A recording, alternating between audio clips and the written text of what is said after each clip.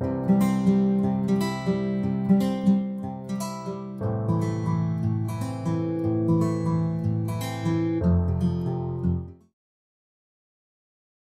Everyone, welcome to my channel stock satellite. चलिए देख लेते हैं आज मार्केट कैसा गया, कल मार्केट कैसा जा सकता है, उसके पीछे क्या लॉजिक है, एंड कल इंट्राडे के लिए कौन कौन सा स्टॉक अच्छा मोमेंटम दे सकता है। आज निफ्टी एंड बैंक निफ्टी दोनों में बहुत बड़ा फॉल देखने के लिए मिला। Compare to Nifty, bank Nifty में बहुत ही बड़ा फॉल देखने के लिए मिला। अराउंड 1250 पॉइंट्स के आसपास टोटल मोमेंटम रहा। अगर टॉप से बॉटम तक कैलकुलेट करें तो 42,300 के आसपास लो लगाया था। उसके बाद रिकवर होने के बाद 42,600 का आज क्लोजिंग देखने के लिए मिला। अभी देखिए मार्केट में कैसा मोमेंटम रहा, कैसे गिरा, वो आप सभी को पता है।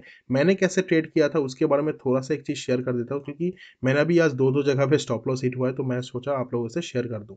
अभी देखिए मॉर्निंग में हम लोगों ने लास्ट डे क्या डिस्कस किया था कि मार्केट में अच्छा रिकवरी हुआ, क्लोजिंग भी मार्केट में अच्छा दिया है, और लास्ट जो हम लोगों का यहाँ पे था उसी लेवल के आसपास मार्केट ने क्लोज दिया है, तो गैप अप होने का चांसेस बहुत ज़्यादा है।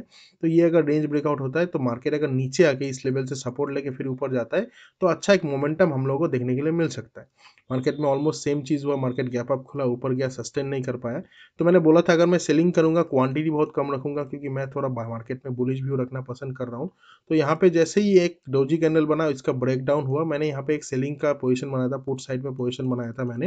लेकिन क्वांटिटी बहुत कम रखा था, और मेरा टारगेट था यूजुअली लास्ट डे का जो क्लोजिंग था अराउंड 43,400 के आसपास, और मेरा टारगेट भी हिट हो चुका था। चलिए बहुत बढ़िया, यहाँ पे मेरा ऑलमोस्ट 180 पॉइंट्स के आसपास शायद मुझे मिला होगा। मुझे एग्जैक्टली नहीं पता, खोल के देखना पड़ेगा। उसके बाद जैसे ही यहाँ पे एक डोजी कैंडल बना, उसका ब्रेकआउट हुआ, तो मैंने यहाँ पे कॉल के साइड पे पोजीशन बनाया था। स्टॉप लॉस बहुत छोटा था मेरा, लेकिन नेक्स्ट कैंडल पे ही ऑलमोस्ट मेरा एसएल हिट हो गया यहाँ पे। उसके बाद प्राइस नीचे आ गया। आज लगे ओके, उसके बाद एक मार्केट एक रेंज के अंदर था, आपको पता ही होगा, बहुत देर तक इस रेंज के अंदर प्राइस ट्रेड किया। जैसे इस रेंज का ब्रेकडाउन किया, आई वाज एक्सपेक्टिंग कि मार्केट यहाँ से ऊपर जाएगा, तो मैंने यहाँ पे अपर साइड में एक पोजीशन बनाया था। ठीक है, मैंने रेंज का थोड़ा सा इतना एग्रेसिव, थोड़ा एग्रेसिव मैंने रेंज यहाँ पे मार्क किया था। जैसे ही यहाँ पे ये ब्रेकआउट किया था, ब्रेकआउट करने के बाद मैंने यहाँ पे एक पोजीशन बनाया। उसके बाद प्राइस यहाँ पे होल्ड किया दो तीन कैंडल। जैसे एक कैंडल नीचे आ गया, मैंने ऑलमोस्ट मेरा एसएल इसी रेंज के थोड़ा नीचे था, और मेरा यहाँ पे एसएल चला गया। तो दो एसएल मेरा यहाँ पे चला गया था। यूजुअली मैं डे एक सिंगल डे पे तीन से ज़्यादा ट्रेड नहीं लेता। अगर फर्स्ट ट्रेड प्रॉफिटेबल रहा, सेकंड ट्रेड मेरा लॉस में रहा, इसीलिए मैंने थर्ड ट्रेड इनिशिएट किया। नहीं तो मैं थर्ड ट्रेड ही इनिशिएट नहीं करता अगर सेकंड ट्रेड भी मेरा प्रॉफिटेबल रहता। तो यहाँ पे इनिशिएट किया, मेरा यहाँ पे एसएल चला गया, इसलिए मैंने टोटल 1 2 3 ट्रेड मेरा हो चुका था, इसलिए मैंने कोई भी ट्रेड इनिशिएट नहीं किया। उसके बाद मार्केट जब फॉल होना स्टार्ट किया, सीरियसली बोलूँ तो मैं अगर बोल भी दूँ, अगर कोई बोल भी दे रहा है कि मैंने बोल दिया था इतना बड़ा फॉल किया था, मैं बोला वो तुक्के से बोल दिया होगा। ऐसा किसी ने एक्सपेक्ट नहीं किया था कि मार्केट में इतना बड़ा फॉल गिरेगा। और एटलीस्ट मैं आई वाज एक्सपेक्टिंग कि जब मार्केट 43,000 के पास आएगा, ये जो लेवल है, ये लेवल के पास आके प्राइस थोड़ा रुकना चाहिए, और रुका भी, और यहाँ से एक बाउंस बैक मिलना चाहिए। और एटलीस्ट ये जो मोमेंटम है, इसका एटलीस्ट 30 to 45% शायद रिकवर कर लेगा। ये सारे लेवल के आसपास शायद फिर से 43,300 के आसपास फिर से मार्केट एक क्लोजिंग दे देगा।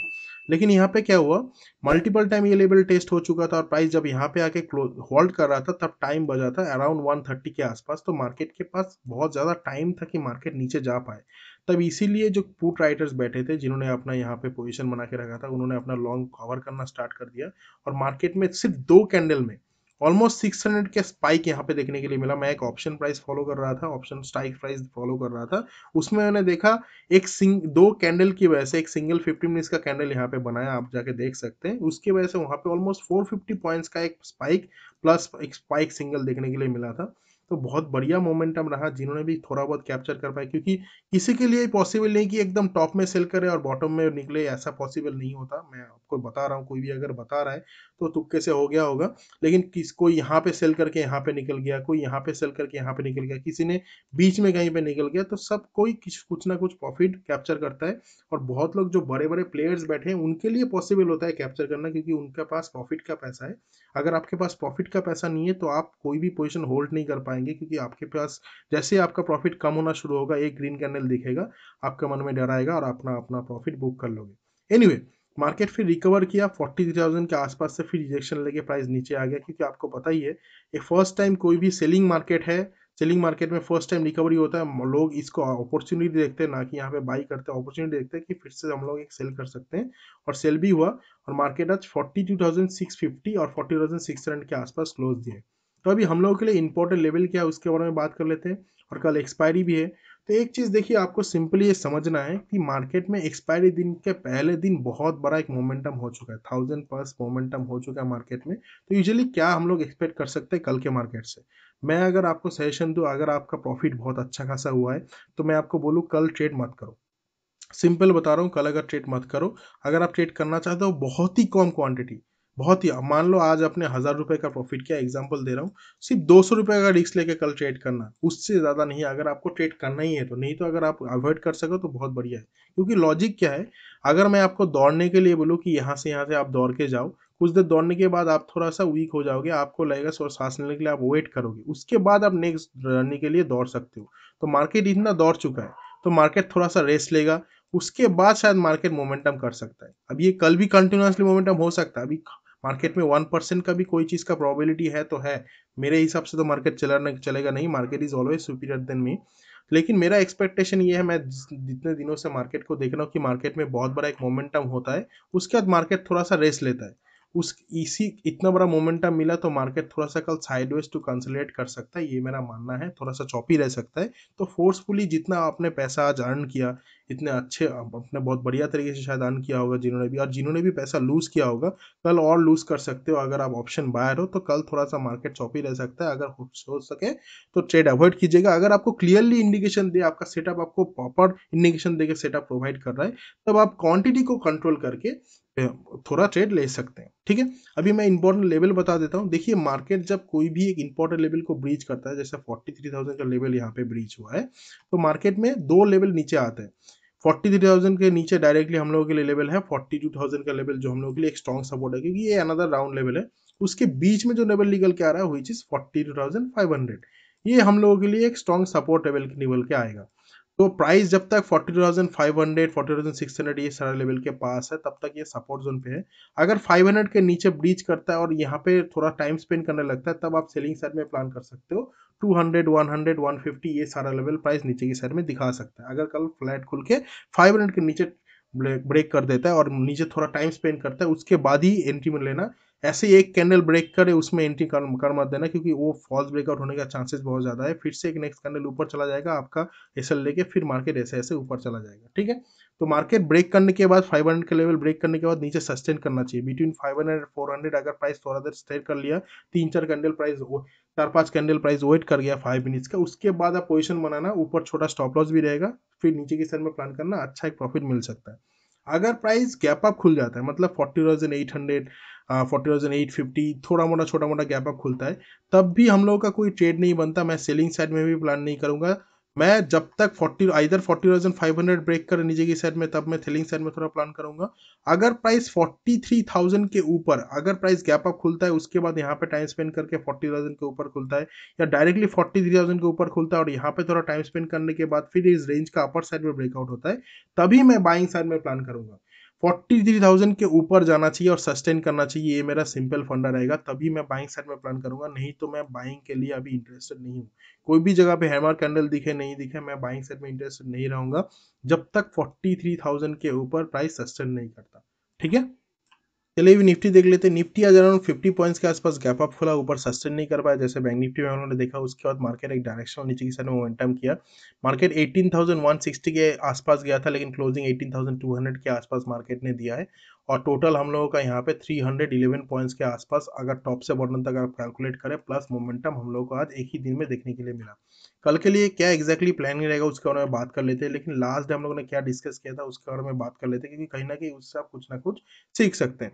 अभी देखिए, हम लोगों ने लास्ट डे डिस्कस किया था कि निफ्टी ने लास्ट जो जहां से फॉल किया था उसका क्लोजिंग, उसका ब्रेकआउट कर चुका है, अपर साइड में क्लोजिंग दिया, तो गैप अप खुलने का चांसेस ज्यादा है। हम लोगों ने ये डिसाइड किया था 18,450 के ऊपर। आप जाके मेरा कल का वीडियो जाके देख सकते हैं। 18,450 का रेंज अगर ब्रेकआउट करता है, ऊपर क्लोजिंग मिल जाता है, हम लोग एंट्री कर सकते हैं। 18,520 500 तक का टारगेट रहेगा, उसके ऊपर 550 600 ये सारा अपर साइड में टारगेट रहेगा। लेकिन देखिए 18,450 का रेंज ब्रेकआउट कर ही नहीं पाया, इसी लेवल के आसपास से मार्केट ने रिजेक्शन लिया। उसके बाद प्राइस नीचे आया, डे के लो के आसपास थोड़ा सपोर्ट लेने का कोशिश किया, थोड़ा यहाँ पे टाइम स्पेंड किया, एक चैनल बनाया, उसके बाद इस चैनल का ब्रेकआउट हुआ, फिर मार्केट फिर मार्केट कंटिन्यूअसली नीचे की साइड में मोमेंटम करता रहा। लास्ट जहां पे एक बेस बनाया था मार्केट ने उसी लेवल के आसपास आके सपोर्ट लिया और कहीं ना कहीं इसी लेवल के पास मार्केट ने क्लोजिंग दे चुका है 18,200 के आसपास।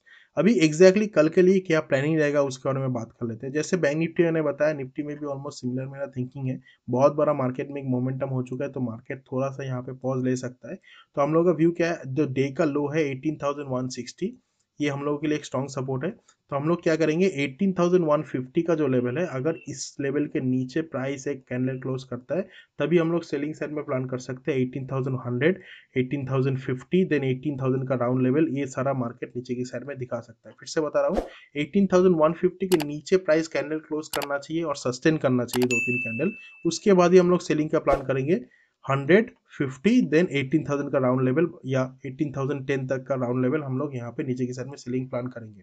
ठीक है, क्योंकि कंटिन्यूसली सेलिंग आ रहा है तो राइस ऑन सेल टाइप का यहाँ पे सिनेरियो बन सकता है। अगर मार्केट गैप डाउन खुल जाता है तो कहाँ पे मार्केट खुल रहा है उस हिसाब से हम लोग डिसीजन लेंगे। गैप डाउन खुलने के बाद अगर बाइंग आता है, उसके बाद ऊपर से कोई भी रिजेक्शन कैंडल दिखता है, उसके ऊपर का स्टॉप लॉस डाल के सेलिंग सेल में प्लान कर सकते हैं।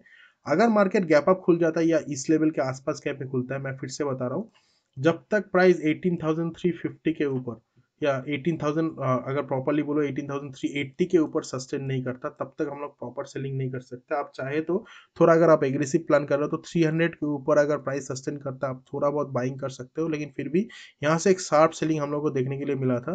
तो मेरा व्यू क्या है, अगर प्राइस गैप अप खुलता है 18,300 के ऊपर कहीं पे खुलता है तो वेट कीजिएगा। अगर प्राइस 18,380 70 के ऊपर सस्टेन करना शुरू करता है तब आप यहाँ पे बाई कर सकते हो। आज का डे का हाई तक का इनिशियल डायरेक्ट रहेगा। अगर 450 निकाल देता है तो आप आने वाले टाइम में और बड़ा अपर साइड मोमेंटम कर सकता है।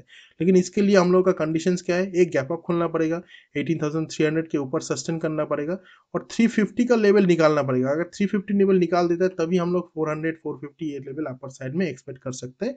नहीं तो मार्केट इसी रेंज के अंदर रहेगा तो चॉपी टू साइडवेज होने का चांसेस है बैंक निफ्टी और निफ्टी दोनों में। ठीक है, चलिए कल के इंटरडे के लिए स्टॉक्स देख लेते हैं। सबसे पहला स्टॉक है कोल इंडिया। ये पहले सपोर्ट की तरह काम कर रहा था, सपोर्ट का ब्रेक होने के बाद नीचे एक नया लो लगा के प्राइस इसी रेंज के अंदर फिर से क्लोज किया है।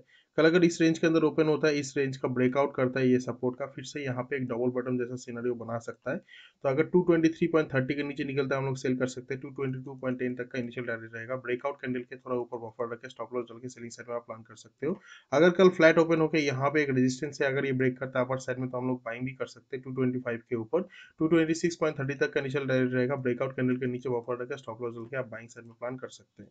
नेक्स्ट स्टॉक है हम लोग के लिए एचसीएल टेक। यहाँ पे भी दोनों साइड में एंट्री हो रहा है। अभी देखिए प्राइस इसी पर्टिकुलर रेंज के अंदर ट्रेड कर रहा था। अभी दोनों साइड में, अपर साइड में या डाउन साइड में, कोई भी साइड पे ब्रेकआउट करे हम लोग एंट्री ले सकता है। अगर डाउन साइड में 1035 के नीचे निकलता है हम लोग सेल करेंगे। 1029 तक का इनिशियल डायरेक्ट रहेगा। ब्रेकआउट कैंडल के ऊपर बफर रख के स्टॉप लॉस डालेंगे।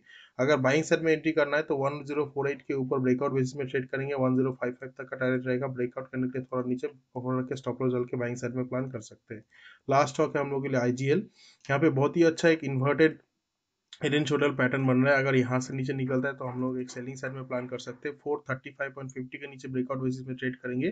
433 का फर्स्ट टारगेट, 430 तक का सेकंड टारगेट रहेगा। ब्रेकआउट कैंडल के ऊपर बफर रख के हम लोग स्टॉप लॉस डाल के सेलिंग साइड में प्लान कर सकते हैं। अगर फर्स्ट टारगेट हिट हो जाए यहाँ पे स्टॉप लॉस स्टिल कर लेंगे, फिर सेकंड टारगेट तक का हम लोग प्लान कर सकते हैं। आज के वीडियो के लिए इतना ही, मिलते हैं आपसे नेक्स्ट वीडियो पे। जय हिंद।